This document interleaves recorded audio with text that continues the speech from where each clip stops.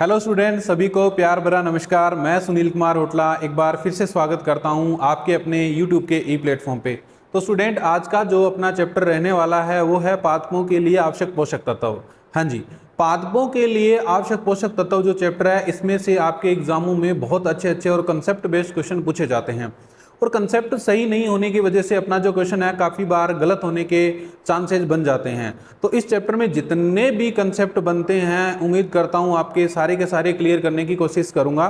तो वीडियो के अंत तक बने रहिए। तो आज का जो चैप्टर है वो शुरू करते हैं अपने पादपों के लिए आवश्यक पोषक तत्व। सबसे पहले बात करते हैं सर, जो पादप पोषक तत्व है वो होते क्या हैं। देखो भी, ऐसे तो बहुत सारे न्यूट्रिएंट है या पोषक तत्व है वो पाए जाते हैं, सारे के सारे प्लांट के लिए आवश्यक नहीं होते।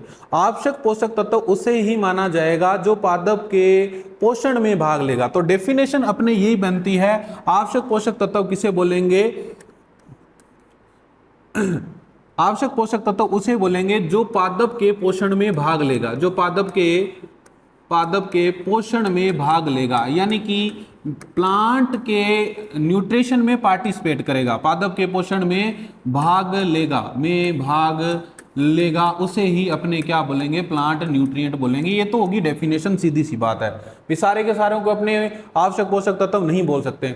अगर अपने थोड़ी सी इसकी हिस्ट्री की बात करें तो सर, सबसे पहले बताया किसने था कि पादपों को भी न्यूट्रिशन की आवश्यकता होती है, पादपों को भी पोषक तत्वों की आवश्यकता होती है। देखो भाई, इसका जिक्र है, अगर अपने बहुत पीछे की हिस्ट्री की बात करें तो सबसे पहले जेंथ्रोडुल जी ने थोड़ा बहुत जिक्र किया था। जेंथ्रोडुल जी वही जो वीड के जनक माने जाते हैं। हाँ जी, कौन से जी? सबसे पहले इसके बारे में थोड़ा बहुत जिक्र जो बताया था, उन्होंने भी ये नहीं बताया था कि पादप जो है न्यूट्रिशन का अवशोषण करता है। उन्होंने क्या बताया अपनी बुक ने? जेंथ्रोटुल ने एक बुक लिखी थी 1731 में। जेंथ्रोटुल जो वीड के जनक है, इन्होंने 1731 में एक बुक लिखी थी ट्रिपल एच। कौन सी बुक लिखी थी? ट्रिपल एच, यानी कि हॉर्स होइंग हस्बेंड्री। एक बुक भी है ट्रिपल एच, है ना? ये सोचो बात चीज को नहीं। तो इसमें इन्होंने थोड़ा सा भू परिष्करण का वैज्ञानिक आधार बताया था। भू परिष्करण का क्या बताया था? वैज्ञानिक आधार बताया था। उसमें उन्होंने ये जिक्र किया था कि अपने जो टिलेज है वो किस वजह से करते हैं, क्योंकि जो प्लांट है वो भूरी मिट्टी का अवशोषण करता है। सबसे पहले कॉन्सेप्ट इन्होंने ये दिया था। अब धीरे धीरे ये कंसेप्ट चलता रहा। बात है 19वीं सदी की। 19वीं सदी में दो साइंटिस्ट आए थे। 19वीं सदी में दो साइंटिस्ट आए थे। उन साइंटिस्ट का नाम था, एक था लिबिंग और इसके साथ एक और था प्रिस्टले। इन्होंने इस बात का खंडन किया। इन्होंने ये कहा भी जेंथ्रोटुल भाई साहब, ऐसी बात नहीं है। पौधे जो है भुरभुरी मिट्टी का अवशोषण नहीं करते हैं। जब अपने भूमि का टिलेज करते हैं तो भूमि के अंदर जितना भी ऑर्गेनिक मैटर है उसका ऑक्सीकरण बहुत अच्छे से होता है। वायु संचार मिट्टी में बढ़ता है, जिससे पादप में सारी आवश्यक दशाएं हैं वो कंप्लीट होती है और प्लांट जो है वो ग्रोथ करता है। और साथ में ही ऑक्सीकरण होने की वजह से कार्बनिक पदार्थ का, उसमें जितने भी न्यूट्रिएंट वगैरह होते हैं वो प्लांट उनको ऑब्जर्व करता है। हालांकि न्यूट्रिएंट का कोई जिक्र नहीं किया था उन्होंने ये कहा था कार्बनिक पदार्थ अच्छे से गल जाता है, जिससे प्लांट की क्या है, ग्रोथ अच्छे से होती है। ये बात सबसे पहले किसने बताई थी? 19वीं शताब्दी में लिबिंग और प्रिस्टले ने बताई थी। यह अवधारणा अब चलती रही। अब अपने बात करते हैं कि आवश्यक पोषक तत्वों के बारे में सबसे पहले किसने बताया था। उससे पहले मैं बात करूंगा कि पादप को पोषक तत्व चाहिए क्यों। देखो भी, कोई भी पौधा है, उस पौधे का जो भ्रूण है वो बीज में पाया जाता है। कोई भी प्लांट है, उसका जो भ्रूण है वो किस में पाया जाता है? बीज में। मान लीजिए ये सीड है और सीड में ये भ्रूण पाया जा रहा है। जब अपने सीड को सोइल में ग्रो करते हैं तो इसका जो भ्रूण है वो डेवलप तो होता है, वही क्या बनाता है? पादप बनाता है। अब देखो, ये भ्रूण है, भ्रूण जब जर्मिनेट होगा तो इसको भी पोषण की आवश्यकता होगी। जब शुरू में भ्रूण जर्मिनेट होता है तो इस सीड के अंदर ही भ्रूण पोष पाया जाता है, जो एम्ब्रियो को पोषण देने का काम करता है। अब ये जो एम्ब्रियो है, ये एम्ब्रियो के पास में जो भ्रूण पोष है ये लिमिट मात्रा का ही होता है, लिमिट होता है, सीमित होता है, कुछ समय तक ही चलेगा। अब जैसे ही ये एम्ब्रियो जर्मिनेट हो गया तो ऊपर तो निकल गया आपका परांकुर। हाँ जी, ऊपर तो क्या निकल गया? परांकुर। और नीचे क्या डेवलप होगी? मूलांकुर। नीचे क्या डेवलप होगी? मूलांकुर, यानी कि रूट डेवलप होगी। अब रूट डेवलप हो गई तो जो भ्रूण पोष था, जो पोषण दे रहा था भ्रूण को, जर्मिनेट होते हुए भ्रूण को, वो हो गया खत्म। अब प्लांट न्यूट्रिएंट कहां से अब्जॉर्व करेगा? अब प्लांट जो न्यूट्रिएंट है वो आपकी मृदा से अब्जॉर्व करेगा, क्योंकि इसने क्या डेवलप कर ली है? रूट डेवलप कर रही है। अब आपकी जो असली पिक्चर है वो शुरू होती है, यहां से कहानी शुरू होती है। यहां से पादप को पोषण की आवश्यकता पड़ती है, न्यूट्रिशन की आवश्यकता पड़ती है। तो डेफिनेशन आपके शायद क्लियर होगी। जो पादप के पोषण में भाग लेगा वही पादप पोषक तत्व माना जाएगा। हर किसी को अपने पादप पोषक तत्व नहीं मान सकते। अब सबसे पहले इसका थोड़ा बहुत जिक्र किया था वो जेंथरोडुल ने किया था। इन्होंने वैज्ञानिक जो आधार दिया था भूपरिसरण का, उसमें उन्होंने बताया था कि टिलेज क्यों करते हैं कि मिट्टी का, भुरभुरी मिट्टी का पादप है वो अवशोषण करते हैं। बाद में इस बात का खंडन किसने किया था? 19वीं शताब्दी में लिबिंग और प्रिस्टले ने किया था। इन्होंने बताया था कि अपने टिलेज जब करते हैं तो टिलेज से ऑक्सीकरण बढ़ता है, वायु संचार बढ़ता है, जिससे पौधे की ग्रोथ अच्छी होती है। यहां तक तो हो गई बात। अब इसका जो वैज्ञानिक आधार दिया था आवश्यक पोषक तत्वों का, या जो अनिवार्यता का सिद्धांत दिया था, वो सबसे पहले किसने दिया था? अब मेन बात अपने शुरू करते हैं। तो आवश्यक पोषक तत्वों का जो सिद्धांत दिया था, आवश्यक पोषक तत्वों का सिद्धांत, पोषक तत्वों का सिद्धांत या अनिवार्य पोषक तत्वों का जो सिद्धांत दिया था सबसे पहले, वो दिया था आर्नोन। और आर्नोन के साथ एक और था स्टाउट। आर्नोन व स्टाउट, ये दो साइंटिस्ट थे। इन्होंने सबसे पहले पोषक तत्वों की अनिवार्यता का सिद्धांत दिया था। और किस सन में दिया था? 1939 में दिया था। ये बात आपको अच्छे से पता होनी चाहिए, ठीक है। अब धीरे धीरे इन्होंने कंसेप्ट दे दिया। फिर आर्नोन का दोबारा दिमाग चला, भी यार ऐसे नहीं है, सभी को आवश्यक पोषक तत्व नहीं मान सकते। इसने कुछ क्राइटेरिया दिए, कुछ नियम दिए, यानी कि आवश्यक पोषक तत्वों का जो सिद्धांत है उसे इसने पुनः प्रतिपादित किया। तो इस सिद्धांत को पुनः प्रतिपादित यानी कि रिफाइंड जो किया था, रिफाइंड जो किया था वो किसने किया था? आर्नोन ने ही किया था। आर्नोन ने ही किया था। कब किया था? 1954 में किया था। अब इसने कुछ नियम बनाए, भी ऐसे नियम सभी को अपने आवश्यक पोषक तत्व बोल देंगे। आवश्यक पोषक तत्व किसे माना जाएगा? तो 3 नियम कौन कौन से दिए थे? सबसे पहला इसने जो नियम दिया था, इसने ये बताया था कि किसी भी पोषक तत्व की कमी होने पर, जो उसके लिए आवश्यक है, उसके बगैर प्लांट अपना लाइफ साइकिल कंप्लीट नहीं कर सकता। अब लाइफ साइकिल क्या होता है? ये सबसे बड़ी समस्या है। भी लाइफ साइकिल किसे बोलेंगे? देखो लाइफ साइकिल उसे बोलते हैं जब भी कोई प्लांट जर्मिनेट होकर अपना सीड प्रोडक्शन कर लेता है, उस प्लांट का लाइफ साइकिल अपने कंप्लीट मानते हैं। कोई भी है वो अपना सीड प्रोडक्शन कर लेगा, उसका लाइफ साइकिल कंप्लीट है। अपने गांव में बूढ़िया को नहीं हो अपन ज्ञान देवे नहीं कि आर सहारों की मोह माया है। मोह माया किए हैं आपने लिए, किए मोह माया बा आपको जीवन चक्कर पूरा कर लियो, बांग लिए सब मोह माया लागे, ठीक है। बे आया दुनिया में आगे, ठीक है, टाबर टिकर हो गया, पोता पोती हो गया, अबे वो माया पढ़ना है, यानी बिंगो लाइफ साइकिल है वो कंप्लीट हो चुके हो। वे अपन बाद में ज्ञान दिया कि सब की मोह माया, अपन लगे कि सब मोह माया है ना। तो लाइफ साइकिल कंप्लीट कब मानेंगे? जब प्लांट अपना सीड प्रोडक्शन कर लेगा, तभी उसको क्या बोलेंगे कि किसी पौधे का लाइफ साइकिल कंप्लीट हो गया। तो कहने का मतलब पहला जो नियम था, अगर किसी पोषक तत्व की जो प्लांट के लिए आवश्यक है उसकी कमी होगी तो प्लांट अपना लाइफ साइकिल कंप्लीट नहीं कर पाएगा।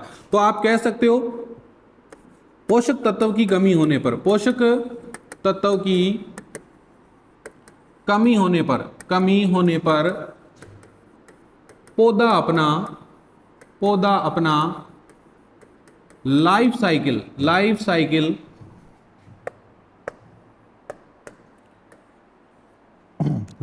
यानी कि जीवन चक्कर, लाइफ साइकिल यानी कि जीवन चक्कर पूरा नहीं कर सकता। पहला नियम तो ये दे दिया था, नहीं कर सकता। दूसरा नियम इसने ये बताया था, अगर किसी न्यूट्रिएंट की कमी हो जाती है वो दूसरे न्यूट्रिएंट से पूरी नहीं की जा सकती, उसी से पूरी की जा सकती है, ठीक है। जैसे नाइट्रोजन की कमी होगी तो नाइट्रोजन से ही पूरी होगी, न कि आप उसको फास्फोरस से पूरा कर दोगे।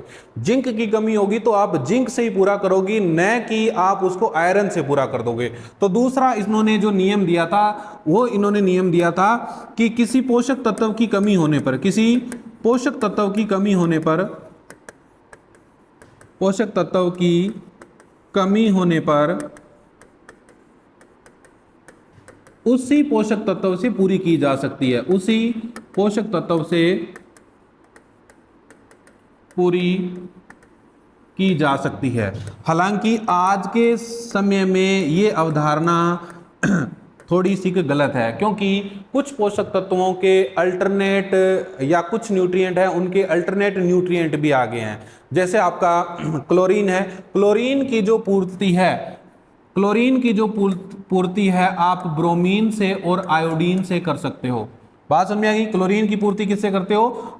ब्रोमीन और आयोडीन से कर सकते हो। ये अल्टरनेट हो गया। हालांकि अपने जो ध्यान रखना है वो यही रखना है, ठीक है। ये 3 नियम उस समय दिए थे। आज के समय में नई नई खोज होती है तो अल्टरनेट कोई ना कोई पोषक तत्व आ ही गया है, ठीक है। अगर बात करें अपने तीसरे नियम की, ये तो हो गई 2। तीसरा नियम क्या कहता है? इसने तीसरा नियम ये दिया था कि आवश्यक पोषक तत्व उसे ही माना जाएगा जो पादप की उपापचयी क्रियाओं में भाग लेगा, मेटाबॉलिज्म क्रियाओं में भाग लेगा, एंजाइम की क्रियाविधि को प्रभावित करेगा। अब उपापचयी क्रिया क्या है? देखो भी कोई भी न्यूट्रिएंट है उसका कोई ना कोई काम है पौधे में। जैसे नाइट्रोजन है, नाइट्रोजन प्रोटीन का निर्माण करेगा, न्यूक्लिक अम्ल का निर्माण करेगा, ठीक है। न्यूक्लिक अमीनो अम्ल है उनका निर्माण करेगा। तो नाइट्रोजन का कोई ना कोई काम है ना उसके अंदर, तो यानी कि वो उसकी उपापचयी क्रिया को प्रभावित करना चाहिए, उसे ही अपने आवश्यक पोषक तत्वों की श्रेणी में रखेंगे। तो तीसरा नियम इन्होंने ये दिया था कि पौधों की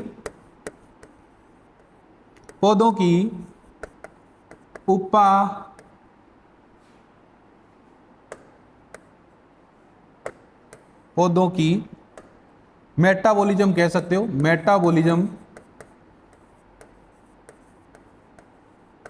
क्रिया में भाग लेगा, वह एंजाइमों की क्रियाविधि को प्रभावित करेगा, एंजाइमों की क्रियाविधि को प्रभावित करेगा। हाँ जी, तो ये 3 नियम जो दिए थे वो किसने दिए थे? आर्नोल्ड ने दिए थे। इन्होंने ये बताया कि आवश्यक पोषक तत्व उसे माना जाएगा जो 3 क्राइटेरिया को फुलफिल करेगा। पहला, किसी पोषक तत्व की कमी होगी तो उसी से पूरी होगी। दूसरा, किसी पोषक तत्व की कमी होने पर दूसरे पोषक तत्व से अपनी पूर्ति नहीं कर सकते। तीसरा, आवश्यक पोषक तत्व उसे ही मानेंगे जो पौधे की उपापचय क्रियाओं में भाग लेगा, यानी कि मेटाबॉलिज्म प्रोसेस को इफेक्ट करेगा, या अपने कह सकते हैं एंजाइमों की जो क्रियाशीलता को प्रभावित करेगा। तो ये जो 3 नियम है ये किसने दिए थे? आपके आर्नोल्ड ने दिए थे। पुनः जो रिफाइंड किया था आवश्यक पोषक तत्वों की अनिवार्यता के सिद्धांत को, वो आर्नोल्ड ने 1954 में किया था। ये तो होगी आपके जनरल जानकारी, ठीक है। इसका एक बार स्क्रीनशॉट ले लीजिए। हाँ जी, ले लिया होगा स्क्रीनशॉट। अगर अपने बात करें आवश्यक पोषक तत्वों के वर्गीकरण की, हाँ जी, वर्गीकरण से भी काफी बार आपसे अच्छे अच्छे क्वेश्चन बन जाते हैं। अगर इसके क्लासिफिकेशन की बात करें अपने,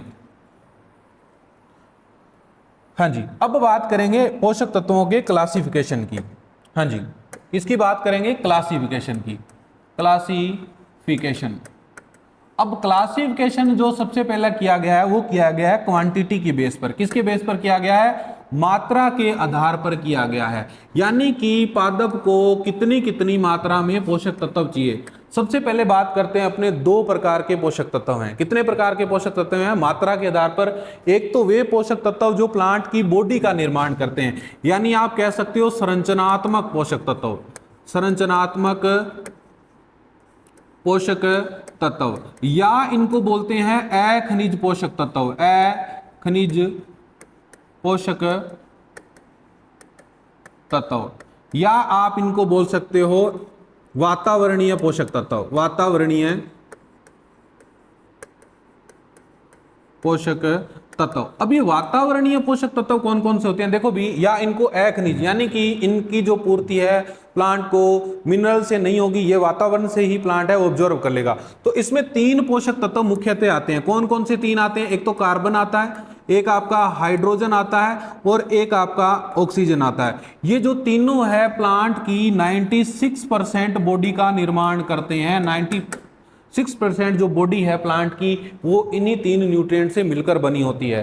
देखो कार्बन जो है आपका, कार्बन प्लांट बॉडी का 45% पार्ट निर्माण करता है, और जो आपका हाइड्रोजन है ये 6% करता है, और जो ऑक्सीजन है ये भी 95% है प्लांट की बॉडी का निर्माण करता है। यानी कि प्लांट की जो सेल्स बनी होती है, टिश्यूज जो बने होते हैं टोटल प्लांट के, उनका जो 96% जो पार्ट निर्माण करते हैं वो कार्बन, हाइड्रोजन और ऑक्सीजन करते हैं। अब कार्बन की पूर्ति कहां से होती है प्लांट को, तो देखो ये वायु से होती है। कहां से होती है? वायु से होती है। हाइड्रोजन की पूर्ति कहां से होती है, तो आपके H2O से होती है, और आपके इन्वायरमेंटल से भी हो जाती है, H2O और आपके इन्वायरमेंटल से।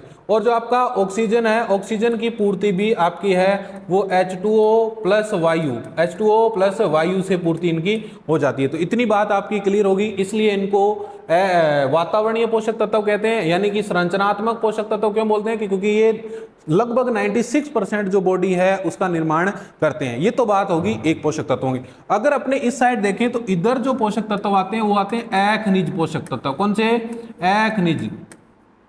अखनिज तो ये, सॉरी, खनिज पोषक तत्व। इधर कौन से आएंगे? खनिज पोषक तत्व। खनिज पोषक तत्व, यानी कि इनकी जो पूर्ति है वो कहां से होती है? मृदा से होती है। प्लांट को कहां से होती है? मृदा से होती है। अब इनका भी आगे दो प्रकार से क्लासिफिकेशन किया गया है। दो प्रकार से क्लासिफिकेशन कैसे किया गया इनका? एक तो है मैक्रोन्यूट्रिएंट, मैक्रोन्यूट्रिएंट, यानी कि इनको बोल सकते हैं आप मुख्य पोषक तत्व, मुख्य पोषक तत्व। और दूसरा है आपका माइक्रोन्यूट्रिएंट, इनको बोलते हैं माइक्रोन्यूट्रिएंट, माइक्रोन्यूट्रिएंट। ठीक है, माइक्रोन्यूट्रिएंट यानी इनको बोल सकते हैं गौण या सूक्ष्म पोषक तत्व, सूक्ष्म पोषक तत्व। ठीक है भाई, खनिज है, खनिज को दो पार्ट्स में डिवाइड कर दिया, माइक्रोन्यूट्रिएंट और मैक्रोन्यूट्रिएंट और माइक्रोन्यूट्रिएंट। अब सर मैक्रोन्यूट्रिएंट किन्हें कहेंगे?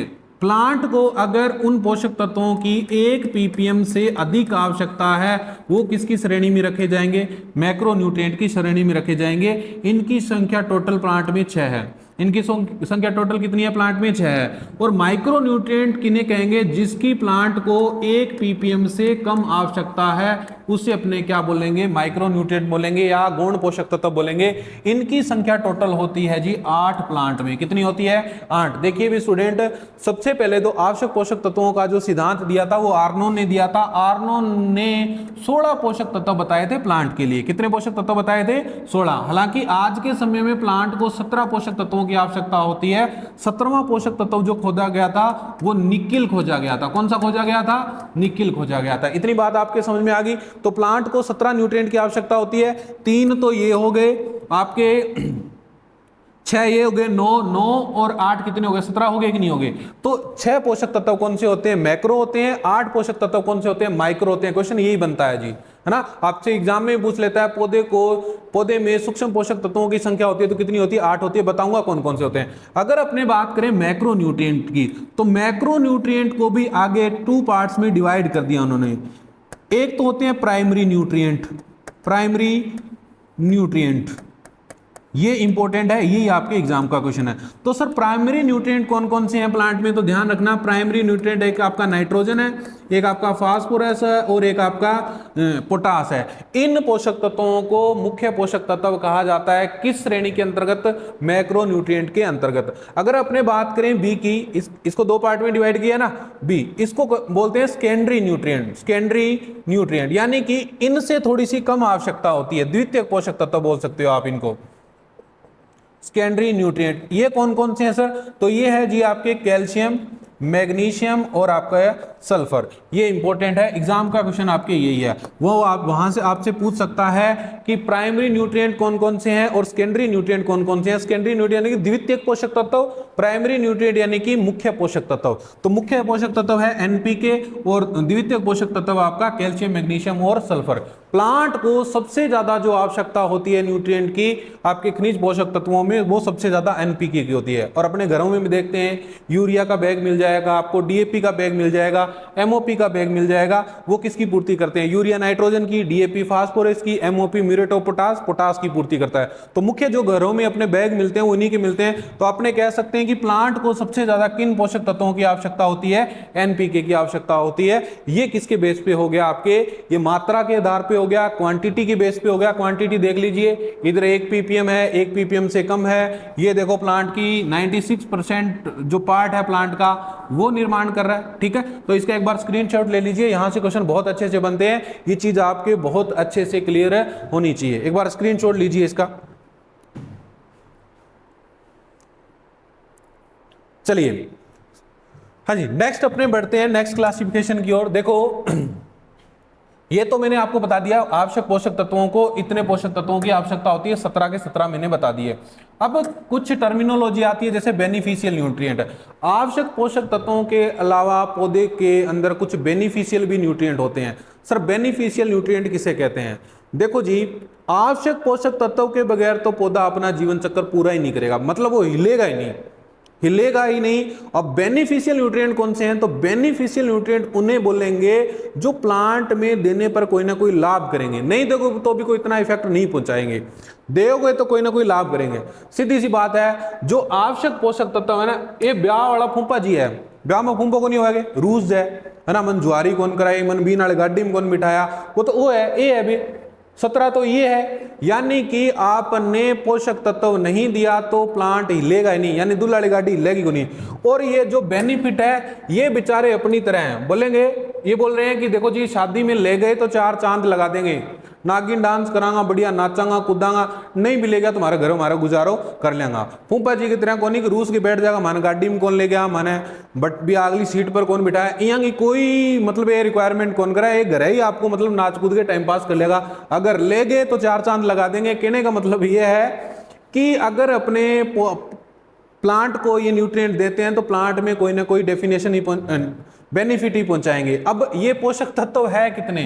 तो इनकी संख्या टोटल है 4। कितनी है स्टूडेंट? 4। अब कौन कौन से हैं? एक आपका वेनेडियम है, एक सिलिकॉन है, एक कोबाल्ट है और एक आपका सोडियम है। इन पोषक तत्वों को बेनिफिशियल न्यूट्रिएंट कहते हैं, यानी कि अगर प्लांट को देते हैं तो कोई ना कोई बेनिफिट ही पहुंचाते हैं। देखो सीधी सी ट्रिक है, कोई वंदना नाम की लड़की है वो सीधी नहीं है, वंदना सीधी को नाम, बस ट्रिक को ध्यान रखियो, या आपके वैसे याद रहता है वेनेडियम, सिलिकॉन, कोबाल्ट और सोडियम, वैसे याद कर सकते हो। अब सबसे पहले बात करते हैं वेनेडियम। वेनेडियम किन के लिए जरूरी है? देखो वेनेडियम है जलमग्न जो भूमियां होती है, जलमग्न भूमियों में जो फसलें होती है उनके लिए इंपॉर्टेंट है, भूमियों में उपयोगी। यानी कि आप जैसे धान लगाते हो, मैं ब्रैकेट में धान लिख देता हूं, धान में आपने वेनेडियम दिया, मान लीजिए कोई एसिडिक से उसको कोई इफेक्ट पहुंच रहा है तो उस एसिड नेचर को कम कर देगा, तो बेनिफिट तो कोई पहुंचा रहा है ना। उस अगर उसका जो एसिडिक नेचर है वो कम हो गया और प्लांट पे इफेक्ट पड़ रहा है तो अपने को तो फायदा ही है ना। तो ये बेनिफिट तो कोई ना कोई पहुंचा रहा है, ये नहीं है कि इसके बगैर प्लांट अपना लाइफ साइकिल कंप्लीट नहीं पूरा नहीं करेगा। अब सिलिकॉन है, सिलिकॉन भी धान के लिए जरूरी होता है, मक्का के लिए आवश्यक होता है, ठीक है। तो ये 2 फसलें हैं, इसके लिए आवश्यक पोषक तत्व माना जाता है, बेनिफिशियल माना जाता है। कोबाल्ट है, देखो कोबाल्ट B12 का घटक होता है। किसका घटक होता है? B12 का निर्माण करता है, B12 का निर्माण करता है, आपको ध्यान होना चाहिए, ठीक है। एकमात्र ऐसी आपकी विटामिन है जिसका निर्माण कहाँ होता है? आपके बॉडी में होता है, ठीक है। बाकी जो विटामिन है अपने को बाहर से लेने पड़ते हैं। और भी कोबाल्ट क्या निर्माण करता है? जड़ों में गांठों को बनाता है, जड़ों में गांठों का निर्माण। देखो जितनी भी दलहनी फसलें होती है उनमें जड़ों के अंदर जो गांठें बनती है वो किसके कारण बनती है?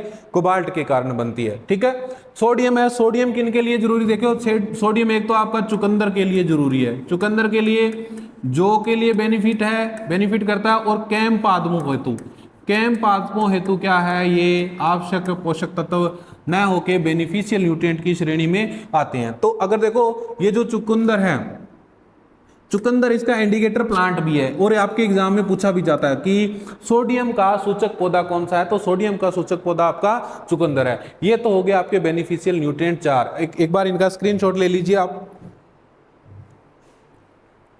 हाँ जी, हो गया।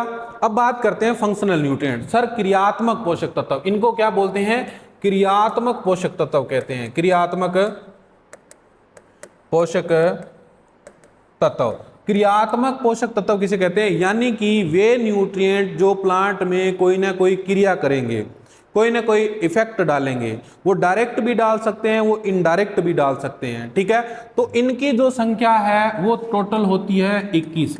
21 कैसे है, देखो 17 तो आपके आवश्यक पोषक तत्व है जो प्लांट को डायरेक्ट इफेक्ट पहुंचाते हैं। 17 तो आवश्यक पोषक तत्व हैं जो प्लांट को डायरेक्ट इफेक्ट पहुंचाते हैं, और जो 4 है वो प्लांट को इनडायरेक्ट तरीके से इफेक्ट करते हैं, यानी कि इनडायरेक्ट तरीके से फंक्शनल करते हैं। तो क्रियात्मक पोषक तत्व कितने हो गए आपके, 21 हो गए। यानी 17 कौन से, जो डायरेक्ट आपके प्लांट के अंदर क्या करते हैं, इफेक्ट पहुंचाते हैं, और 4 है वो इनडायरेक्ट तरीके से प्लांट में इफेक्ट या क्रियाशील होते हैं। अब बात करते हैं कि फंक्शनल न्यूट्रिएंट का जो सिद्धांत किसने दिया था। तो ध्यान रखना, एक साइंटिस्ट का नाम आता है। फंक्शनल न्यूट्रिएंट्स का जो सिद्धांत है, क्रियात्मक पोषक तत्वों का जो सिद्धांत है, वो आपके डीजे निकोल्स ने दिया था। किसने दिया था, डीजे निकोल्स ने दिया था 1963 में। 1963 में दिया था। ये भी आपको कंसेप्ट ध्यान रखना है कि क्रियात्मक पोषक तत्वों का जो सिद्धांत है वो किसने दिया था, आपके डीजे निकोल्स ने दिया था। बात होगी, आपने पीछे देखे आवश्यक पोषक तत्व कितने हैं, आपने यहां देखा बेनिफिशियल न्यूट्रिएंट कौन कौन से होते हैं, आपने यहां देखा फंक्शनल न्यूट्रिएंट कौन कौन से होते हैं। तो एक बार इसका स्क्रीनशॉट ले लीजिए, आगे बढ़ते हैं। हाँ जी स्टूडेंट, नेक्स्ट जो वर्गीकरण है आपके पोषक तत्वों का वो आता है क्लासिफिकेशन ऑन मोबिलिटी। देखो भी स्टूडेंट, यहां जो अपने वर्गीकरण देखेंगे वो पोषक तत्वों का चालकता के आधार पर देखेंगे। पोषक तत्वों का वर्गीकरण किसके बेस पर, चालकता के आधार पर, यानी कि वो मोबाइल है कि इनमोबाइल है, चालकता के आधार पर। देखो भी पोषक तत्व या जो प्लांट न्यूट्रिएंट है वो चालकता के आधार पर 2 प्रकार के देखे जाते हैं, 2 टाइप्स के देखे जाते हैं। 2 प्रकार कौन कौन से हैं, एक तो वे प्लांट न्यूट्रिएंट जो पौधे में चालक होते हैं, और एक वे प्लांट न्यूट्रिएंट जो आपकी मृदा में चालक होते हैं या अचालक होते हैं। तो मृदा में गतिशीलता के आधार पर पढ़ते हैं और एक अपने पौधे में गतिशीलता के आधार पर पढ़ते हैं। अगर सबसे पहले अपने बात करें क्लासिफिकेशन ऑन मोबिलिटी, सबसे पहले मैं बात करूंगा मृदा में चालकता के आधार पर। मृदा में चालकता के आधार पर, चालकता के आधार पर देखो भी स्टूडेंट, मृदा में जो चालकता डिसाइड होती है पोषक तत्व की, वो 2 कारणों से होती है। 2 फैक्टर डिसाइड करते हैं कि जो पोषक तत्व आपका है वो मृदा में चालक है कि नहीं है। वो कौन कौन से 2 फैक्टर हैं, तो ध्यान करना, वो 2 जो फैक्टर हैं वो इस प्रकार से हैं। हाँ जी, एक तो ये फैक्टर है कि जो भी पोषक तत्व है, जो भी आपके पास आयन है, उस आयन पर चार्ज कैसा है, आयन पर चार्ज कैसा है, वो ऋण आवेशित है या वो धन आवेशित है, ऋण आवेशित है या वो धन आवेशित है। आयन पर चार्ज, ठीक है। दूसरा, उस आयन की क्रियाशीलता कैसी है या उस पोषक तत्व की क्रियाशीलता कैसी है। तो दूसरा फैक्टर चालकता, मृदा में चालकता कौन सा डिसाइड करता है, उसकी क्रियाशीलता, यानी कि पोषक तत्व की क्रियाशीलता कैसी है।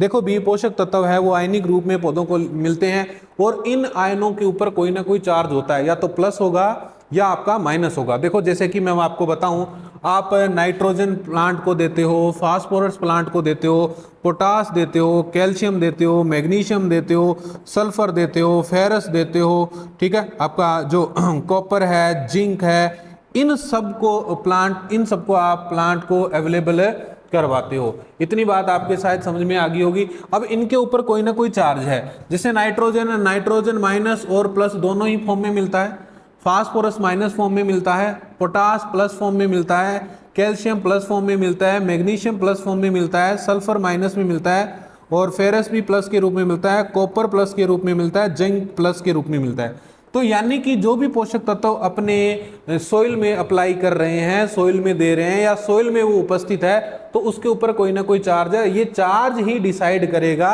कि वो मिट्टी में बहुत ज़्यादा गतिशील है, बहुत कम गतिशील है, या इनकी क्रियाशीलता कैसी है, या इन न्यूट्रिएंट की, इन आयनों की क्रियाशीलता कैसी है। देखो भी स्टूडेंट, जो आपका सोइल का पार्टिकल होता है, ये सोइल का पार्टिकल है, सोइल के पार्टिकल्स पे एक ध्यान रखना, जो सोइल का कण है उसके ऊपर हमेशा माइनस चार्ज होता है। कैसा चार्ज होता है स्टूडेंट, माइनस चार्ज होता है, ध्यान रखना। ये लो, ये है माइनस चार्ज। अब ये माइनस चार्ज क्या करेगा, आपको पता है कि अपने अपोजिट आयनों को आकर्षित करता है, अपने अपोजिट जो आयन है उनको आकर्षित करता है। जैसे जितने भी प्लस वाले हैं इनको अपनी ओर अट्रैक्ट करेगा, इनको अपनी ओर अट्रैक्ट करेगा, इनको अपनी ओर अट्रैक्ट करेगा। सीधी सी बात है, स्कूटी के पीछे बुलेट जावे न कि बुलेट के पीछे बुलेट जावे, भी अपोजिट चीज ही तो अट्रैक्ट करती है आदमी को, सेम चीज थोड़ी अट्रैक्ट करे। सेम चीज अट्रैक्ट करे तो भाई दिक्कत है, फिर कोई ना कोई, है ना, फिर तू चेक करवा थोड़ी सी, कोई ना कोई दिक्कत है। कहने का मतलब है माइनस है सोइल के पार्टिकल्स पे चार्ज, तो प्लस वालों को अट्रैक्ट करेगा, और जितने भी माइनस चार्ज वाले हैं उनको सोइल का पार्टिकल रिपेल करता है, यानी कि दूर करता है। तो जो आपका मृदा विलयन होता है, मृदा के अंदर जितने भी फ्री रूप में पार्टिकल या आयन घूमते हैं वो माइनस वाले घूमते हैं, और ये माइनस चार्ज वाले जितने भी आयन होते हैं ये सोइल सॉल्यूशन में जल्दी घुल जाते हैं और इनकी गतिशीलता बहुत ज़्यादा होती है। और प्लस वाले क्या करते हैं, सोइल के पार्टिकल के साथ मिलकर कॉम्प्लेक्स बना लेते हैं, जिससे ये मिट्टी में कम घुलनशील होते हैं, कॉम्प्लेक्स बना लेते हैं। आपने कई बार देखा होगा कि अपने धान के खेत में अमोनियम सल्फेट नाइट्रोजन युक्त उर्वरक का प्रयोग करते हैं। अब उसमें जो नाइट्रोजन पाई जाती है वो अमोनिया फॉर्म में पाई जाती है, प्लस फॉर्म में पाई जाती है, क्योंकि जहां पानी ज्यादा होगा वहां नाइट्रोजन का नुकसान लीचिंग के द्वारा ज्यादा होता है। तो N वाला है वो तो पानी में घुल के जल्दी से नीचे चला जाएगा लीचिंग के द्वारा, या उसका डीनाइट्रिफिकेशन हो जाएगा, तब अपने अमोनियम सल्फेट का यूज करते हैं। धान के खेत में पानी भरा हुआ है तो जो सोइल का पार्टिकल है उसको अट्रैक्ट कर लेता है, तो धीरे धीरे वो पानी में घुलता है और लंबे समय तक आपकी धान की फसल को जो अमोनियम सल्फेट है वो नाइट्रोजन रिलीज करता रहता है। इसीलिए अपने अमोनियम सल्फेट का यूज करते हैं, न कि नाइट्रोजन युक्त जो आपका अन्य उर्वरक है, जैसे यूरिया। यूरिया में नाइट्रेट फॉर्म में है ना, यानी कि एमाइड रूप में है, उसका उपयोग अपने नहीं करते, क्योंकि लीचिंग के द्वारा नुकसान उसका क्या होता है, ज्यादा होता है। तो आपको एक बात तो समझ में आ गई होगी, तो मृदा में चालकता है वो दो चीजों से डिसाइड होती है, एक तो आयन के चार्ज से, दूसरा उसके क्रियाशीलता से। अब मैंने आपको बात बता दी कि जिनके ऊपर प्लस चार्ज है वो सोइल के साथ मिलकर कॉम्प्लेक्स बना लेंगे, कॉम्प्लेक्स बना लेंगे तो कम घुलनशील होते हैं, और जिनके ऊपर माइनस चार्ज होता है उनको सोइल का पार्टिकल रिपेल करता है, दूर करता है, तो वो मिट्टी में घूमते रहते हैं और सोइल में अपना सॉल्यूशन बना लेते हैं। यानी कि सोइल सॉल्यूशन में जो सबसे ज्यादा घुलनशील होते हैं वो माइनस वाले होते हैं, और माइनस वाले जितने भी आयन है, जितने भी पोषक तत्व हैं, उनकी क्रियाशीलता मिट्टी में ज्यादा होती है। अब इसमें भी सस्पेंस है, मैं अक्सर आपको बोलता हूं घर में कोई ना कोई गंदी औलाद होती है जो कहना नहीं मानती, और तो सारे प्लस वाले बोल रहे हैं अपने तो क्या बनाना है, कॉम्प्लेक्स बनाना है, परंतु कुछ है वो इसका कहना नहीं मानते। जैसे कि मैं बात करूं फास्फोरस की, फास्फोरस के ऊपर होता है माइनस चार्ज।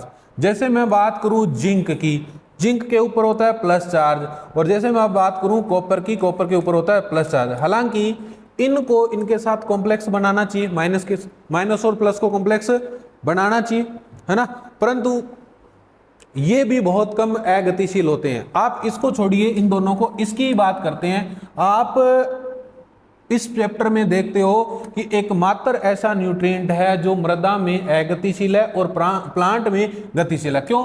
इसके ऊपर माइनस चार्ज है, होना तो ये गतिशील चाहिए, होना तो ये गतिशील चाहिए, परंतु ये अगतिशील कैसे है? क्योंकि इसकी क्रियाशीलता बहुत ज्यादा है, ये माइनस होने के बाद भी इसके साथ क्रिया कर जाएगा, इसकी क्रियाशीलता, इसकी रिएक्टिविटी बहुत ज्यादा होती है, तो ये माइनस के साथ भी क्रिया कर जाता है, अपोजिट के साथ भी क्रिया कर जाता है, ध्यान रखना। तो जो आपका प्लस है फास्फोरस है, फास्फोरस के ऊपर माइनस चार्ज होने के बाद भी ये मृदा में अगतिशील होता है। तो अगतिशील क्यों होता है? क्योंकि इसकी क्रियाशीलता बहुत ज्यादा होती है। दो चीजें डिसाइड करती हैं, आयन पर चार्ज और आयन की क्रियाशीलता। अब एक और है आपका जो मैग्नीज है, मैग्नीज के ऊपर प्लस चार्ज होता है। अब मैग्नीज को तो कॉम्प्लेक्स बना लेना चाहिए, बहुत कम घुलनशील होना चाहिए, परंतु ये बहुत ज्यादा घुलनशील होता है, बहुत ज्यादा घुलनशील होता है। ये मिट्टी के अंदर फ्री रहता है, क्यों? इसकी क्रियाशीलता बहुत कम है। क्रियाशीलता क्या है? क्रियाशीलता बहुत कम है। क्यों? क्योंकि इसके ऊपर प्लस चार्ज है, तो इसको माइनस के साथ क्रिया करनी चाहिए, परंतु ये नहीं करता है, ये इससे हेट करता है। आई हेट यू, मैग्नीज बोलता है आई हेट यू, अपना ब्रेकअप हो चुका है, ठीक है, तो ये इससे दूर ही रहता है। ठीक है, दूर रहता है तो सोइल के अंदर घूमता रहता है तो ये सोइल सॉल्यूशन में जल्दी घुल जाता है, और प्लस चार्ज होने के बाद भी मिट्टी में अधिक गतिशील होता है, और ये माइनस चार्ज होने के बाद भी मिट्टी में अगतिशील होता है। ये गतिशील प्लस चार्ज होने के बाद भी प्लस वाला क्या होना चाहिए, कम गतिशील होना चाहिए, फिर भी ज्यादा गतिशील है, ठीक है, और ये माइनस चार्ज है तो माइनस चार्ज वाला बहुत ज्यादा गतिशील होना चाहिए, परंतु ये अगतिशील है, ये कॉम्प्लेक्स बना लेता है, इसकी रिएक्टिविटी बहुत ज्यादा है और इसकी रिएक्टिविटी बहुत कम है। मेरे हिसाब से ये कंसेप्ट आपका क्लियर हो गया होगा। भी अपने जो पढ़ रहे हैं पोषक तत्वों का वर्गीकरण चालकता के आधार पर, पहला पढ़ा है मृदा में चालकता के आधार पर, ठीक है। अब बात करते हैं कि सोइल में कौन कौन से सबसे अधिक चालक होते हैं। देखो ये क्लासिफिकेशन है मोबिलिटी इन सोइल, तो मोर मोबाइल यानी कि अधिक गतिशील कौन कौन से हैं, अधिक गतिशील कौन कौन से मृदा में। तो मैंने आपको पीछे कंसेप्ट में बताया है कि जिन आयनों के ऊपर चार्ज माइनस होता है वो बहुत ज्यादा गतिशील होते हैं। तो माइनस वाले कौन कौन है वो आप लिख सकते हो यहाँ, जैसे कि मैं आपको बताऊं, आपका जो नाइट्रोजन है, नाइट्रोजन की नाइट्रेट फॉर्म है, माइनस चार्ज है, ये अमोनिया फॉर्म में भी मिलेगा यहाँ, ठीक है। आपकी जो सल्फर है, सल्फर सल्फेट की फॉर्म में मिलता है, और आपका बोरिक अम्ल है, बोरोन हो गया, ये भी किस फॉर्म में मिलता है। और एक आपका मैंने बताया था मैग्नीज, मैग्नीज के ऊपर प्लस चार्ज होने के बाद भी मिट्टी में बहुत ज्यादा गतिशील होता है, क्योंकि इसकी क्रियाशीलता क्या है, बहुत कम है। क्रियाशीलता क्या है, बहुत कम है, ये क्रिया नहीं करता है, क्रिया नहीं करता है तो सोइल में फ्री घूमता है, फ्री घूमता है तो सोइल सॉल्यूशन में जल्दी घुलता है, घुलने के बाद पौधे को जल्दी प्राप्त होता है, यानी कि बहुत ज्यादा गतिशील होता है। तो ये बात आपके समझ में आ गई। अगर मैं बात करूं इन मोबाइल की, तो इन मोबाइल मैंने बता दिया, एक ही बताया था फास्फोरस H2PO4, H2PO4 माइनस, हालांकि 3 फॉर्म में ये मिलता है, तो प्लांट को सबसे ज्यादा अवेलेबल कौन सा होता है, H2PO4 के रूप में अवेलेबल होता है। अब सर कम गतिशील कौन कौन से हैं, कम गतिशील, कम गतिशील, ये मैंने लिखा है अगतिशील, मोस्ट इंपोर्टेंट कर लेना इसको, ये अगतिशील है माइनस चार्ज होने के बाद भी, ये एग्जाम का आपका क्वेश्चन है। अब कम गतिशील जो बच गए वो लिख दो। अब नाइट्रोजन है, दोनों फॉर्म में अवेलेबल होती है, अमोनिया फॉर्म में भी होती है, NH4 प्लस वाली, कैल्शियम आपका प्लस प्लस, मैग्नीशियम आपका प्लस प्लस, और आपका कॉपर हो गया। तो ये सारे जितने भी प्लस वाले पोषक आयन चार्ज वाले होते हैं ये कम गतिशील होते हैं। तो आपने देखा मोबाइल में कौन कौन से अधिक गतिशील है, कम गतिशील है, अगतिशील है। विद कंसेप्ट आपको ये चीज क्लियर करवा दी। कंसेप्ट आपका क्लियर होगा, क्वेश्चन गलत होने के चांसेस उतने ही आपके कम रहेंगे। क्लियर इतनी बात। चलो फिर नेक्स्ट बढ़ते हैं। नेक्स्ट आता है अपने मोबिलिटी इन प्लांट, यानी कि पौधे में चालकता के आधार पर वर्गीकरण। पौधों में चालकता के आधार पर, चालकता के आधार पर देखो जी, पौधे में चालकता जो डिसाइड होती है वो किस कारण से होती है।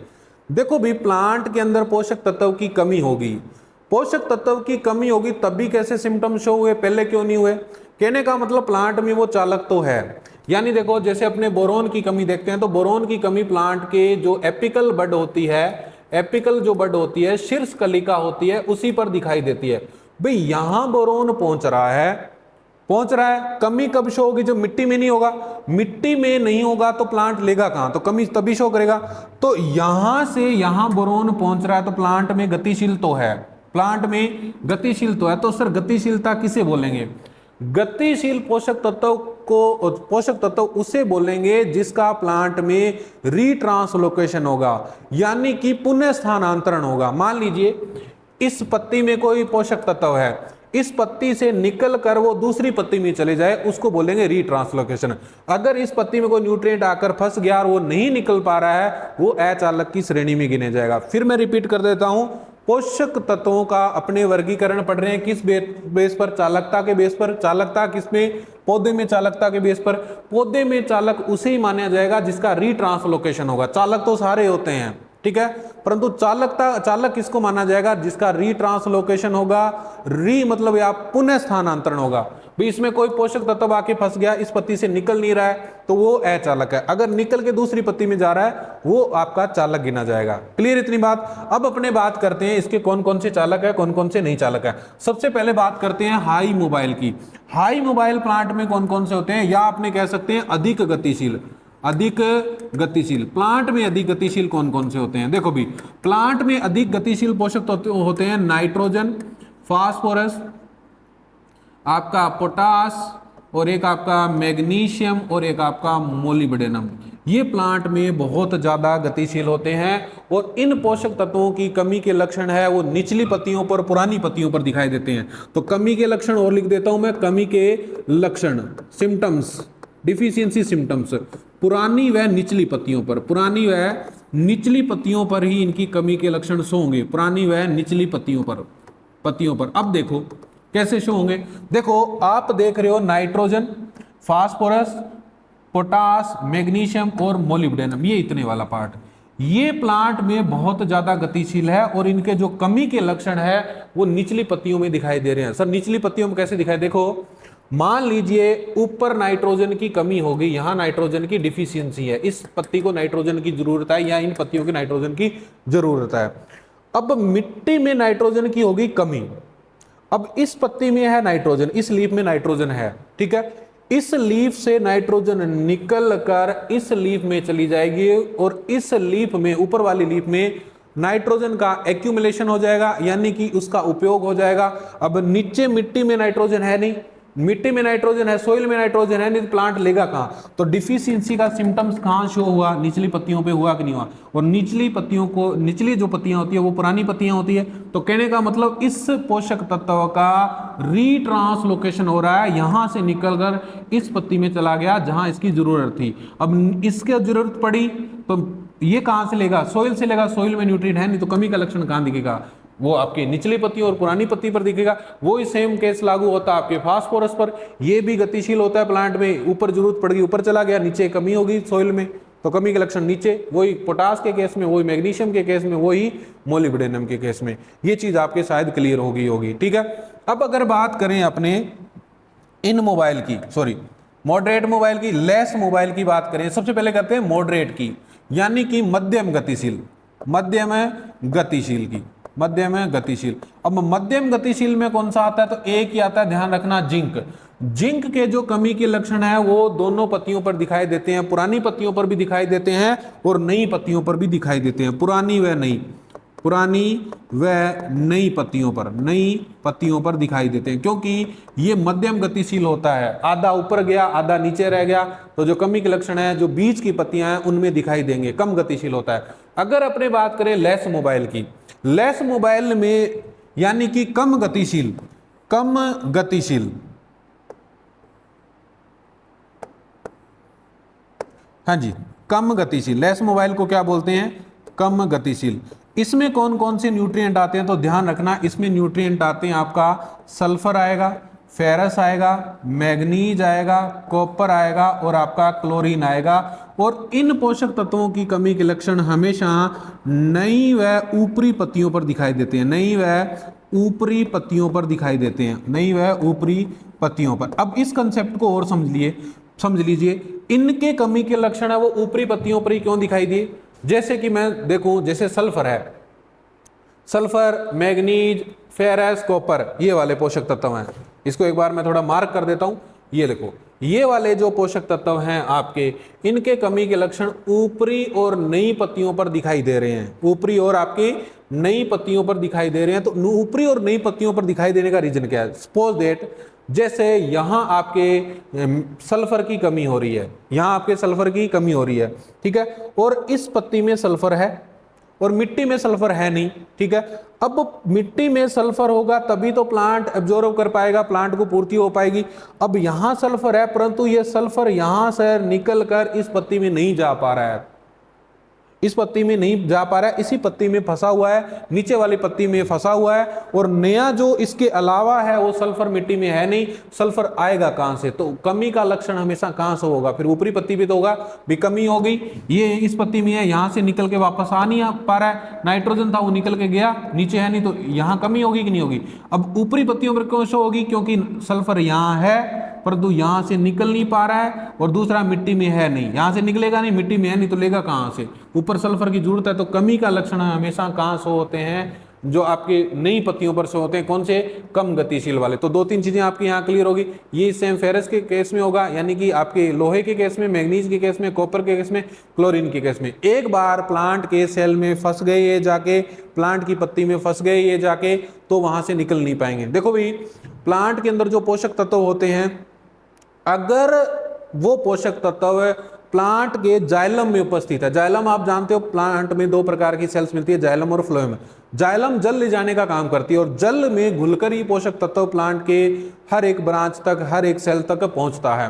अगर पोषक तत्व जाइलम में है तो हर ब्रांच में चला जाएगा, हर उसके पार्ट में जाएगा, और साइटोप्लाज्म में है तो हर एक प्लांट में मूव कर जाएगा।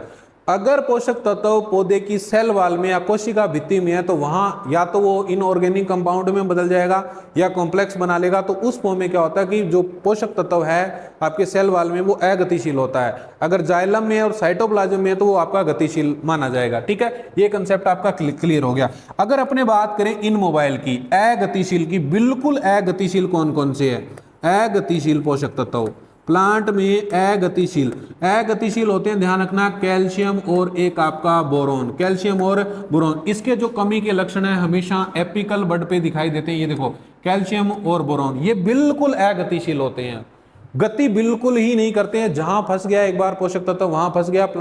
आपकी सोइल में कमी है तो इसके कमी के लक्षण है वो हमेशा ऊपरी पत्तियों पर दिखाई देंगे। क्योंकि देखो, आपको पता होगा कि जो कैल्शियम है ये कोशिका भित्ति का निर्माण करता है, सेल डिवीजन में भी हेल्प करता है। तो नई पत्ती बन रही है तो नई पत्ती में सेल ज्यादा डेवलप होगी तो कैल्शियम की ज्यादा जरूरत होगी। इसीलिए कैल्शियम और बोरोन की जो कमी के लक्षण है वो हमेशा एपिकल बड पर या शीर्ष कलिका पर दिखाई देते हैं, जो नई निर्मित आपकी जो पत्तियां होती हैं उनके ऊपर दिखाई देते हैं। तो ये आपका शायद मेरे हिसाब से कंसेप्ट पूरे अच्छे से क्लियर हो गया होगा कि प्लांट में कौन कौन से मोबाइल है और सोइल में कौन कौन से मोबाइल है। मैंने आपको बहुत अच्छे से समझाने की कोशिश की है। उम्मीद करता हूं कि ये चैप्टर है जो आपको बहुत अच्छे से क्लियर हुआ होगा। अब एक देखिए, थोड़ा सा एक पीछे चीज रह गई थी, मैं दोबारा उसको रिपीट कर देता हूं। एक छोटी सी चीज छूट गई थी यहां मेरे से। देखो, मैंने आपको सारे पोषक तत्व बताए परंतु माइक्रो पोषक तत्व नहीं बताए। कितने होते हैं? 8 होते हैं। 8 तो बता दिया था, परंतु कौन कौन से होते हैं, ये संख्या में कितने पाए जाते हैं? संख्या में तो 8, अब है कौन कौन से वो देख लो। यहां मैं लिख देता हूं, आप जैसे देखते हो सल्फर है, फेरस है, हाँ जी, देखो एक आपका सल्फर, अरे चाइनीज है, एक तो हैंग होते हैं चाइनीज सामान। देखो, एक तो सल्फर है, एक फेरस है, एक मैग्नीज है, एक कॉपर है, मोलिब्डेनम है, ठीक है, बोरोन है, जिंक है और आपका क्लोरीन है। 1 2 3 4 5 6 7 8 और एक आपका 7 है, एक आपका निकेल हो गया। ठीक है, ये 8 पोषक तत्व ऐसे हैं जिनकी पौधे को सल्फर नहीं आएगा, इसमें सल्फर नहीं आएगा। Ferrous, manganese, copper, molybdenum, boron, zinc, chlorine और निकल, ये 8 ऐसे पोषक तत्व है जिनकी पौधे को 1 ppm से कम आवश्यकता होती है, जिनको माइक्रो न्यूट्रिएंट कहते हैं। ठीक है, अब इनमें से सबसे ज्यादा माइक्रो न्यूट्रिएंट में आवश्यकता होती है वो आपके आयरन की होती है। माइक्रो न्यूट्रिएंट में, सूक्ष्म पोषक तत्वों में सबसे ज्यादा किस पोषक तत्व की आवश्यकता होगी? आयरन की होगी।